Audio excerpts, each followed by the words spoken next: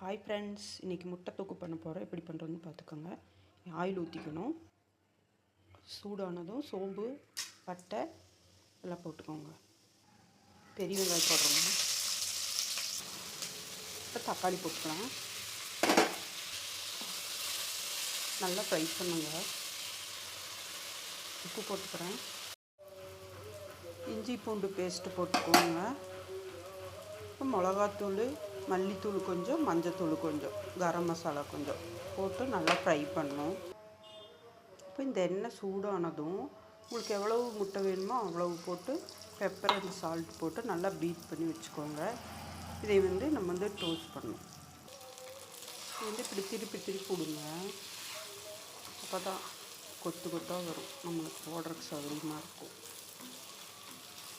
இப்படி பண்ணிகிட்டே இருக்கணும்.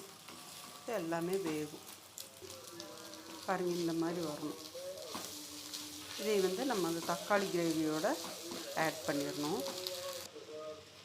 இது கூட சேர்த்து நல்லா கலக்கிடணுங்க. ஒரு 2 நிமிஷம்.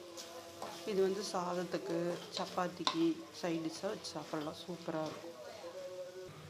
இப்போ மல்லித்தழை தூவில லாஸ்ட்டாக இவ்வளவுதாங்க. இது நீங்கள் செஞ்சு பார்த்துட்டு எப்படி இருக்குன்னு எனக்கு கமெண்ட் பண்ணுங்கள், ஷேர் பண்ணுங்கள். ஓகேங்களா? சப்ஸ்கிரைப் பண்ணுங்கள் மை சேனல். ஓகேங்களா? பாய்.